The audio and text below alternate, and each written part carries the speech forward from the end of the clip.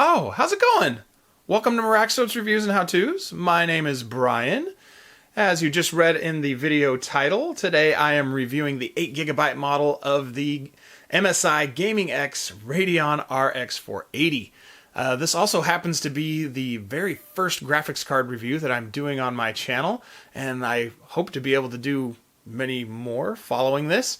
But seeing as it is my very first graphics card review, and my channel is, pretty small, I want to apologize up front that I don't really have the most extensive or current games library to test with, but I hope that you guys do end up liking what you see here today, and if you do, I would ask you to please click that thumbs up button and also consider subscribing to my channel. That way, you guys will help me to improve those future graphics card videos that I hope to be making.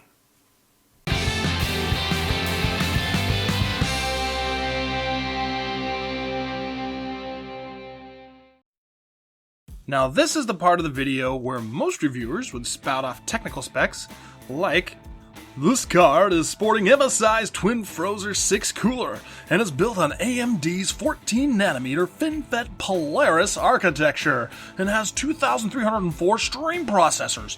It supports DirectX 12, Vulkan, OpenCL, and OpenGL 4.5. It has a base clock of blah blah and a boost clock of blah blah blah."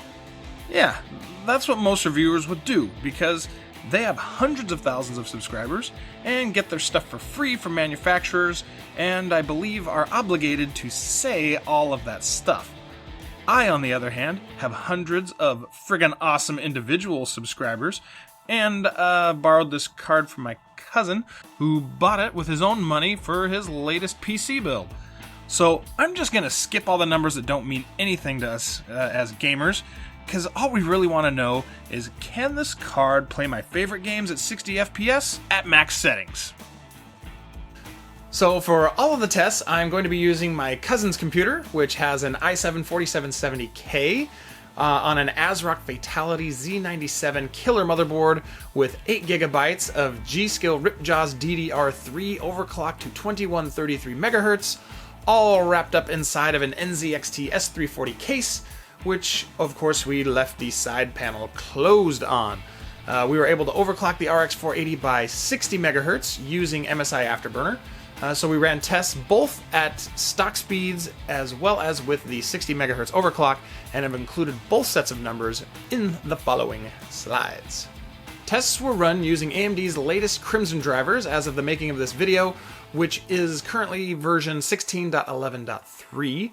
Screen resolution was set to 1920 by 1080, with every game set to its highest presets.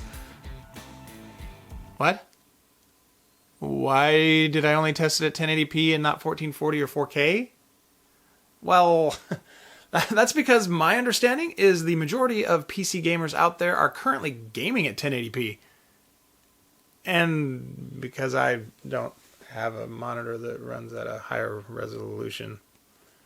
But anyway, now that we got all that established, let's get this thing installed and rock out to some metal and see just what this thing can do.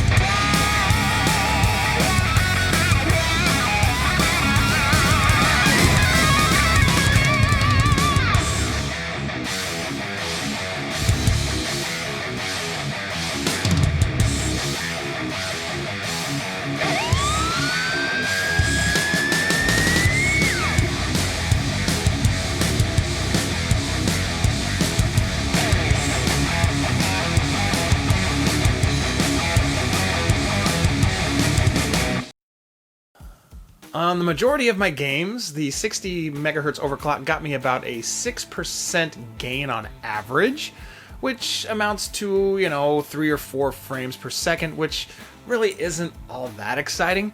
But that being said, it is a small performance gain that was essentially free. I did run into a really weird anomaly on the 2 Blizzard games that I own. In StarCraft 2, I saw a 6% average loss of FPS with the overclock, and in Heroes of the Storm, I saw a 16% average loss. That's a whopping 11 frames per second. I don't know for sure what's going on with those numbers, because it just doesn't make sense to me that the overclock would perform worse. Now, I do know that Blizzard games tend to be more CPU dependent rather than GPU dependent, but once again, I don't know what was up with those numbers. All I know is that's the numbers that Fraps was telling me. Aside from those weird frame rates with the overclock, I'm very impressed at the power of the RX480. At 1080p, it played every game I threw at it on max settings, at frame rates that were totally acceptable to this noob right here. There were a couple of games that dipped below 60 FPS into the 40s and 50s, but if I had turned down just, a couple of the settings a little bit, I think that that magical 60 FPS number would have been no problem whatsoever. One thing that was somewhat surprising to me is that my 2 newest games, Titanfall 2 and Doom, both averaged over 100 FPS with all of the settings fully maxed out. Apparently they aren't the most demanding titles on the market right now, but they sure look good to me. One thing that really blew me away was this card's performance in Doom using the Vulkan API. My benchmark numbers in this video were all taken using OpenGL 4.5, where I saw a minimum frame rate in the 80s and a maximum in the 140s. With Vulkan, I kid you not, my frame rates jumped up an average of 40 frames per second. My minimums were in the 120s, and maximum was approaching 200 FPS. So, in my opinion, the RX480 is a fantastic 1080p card.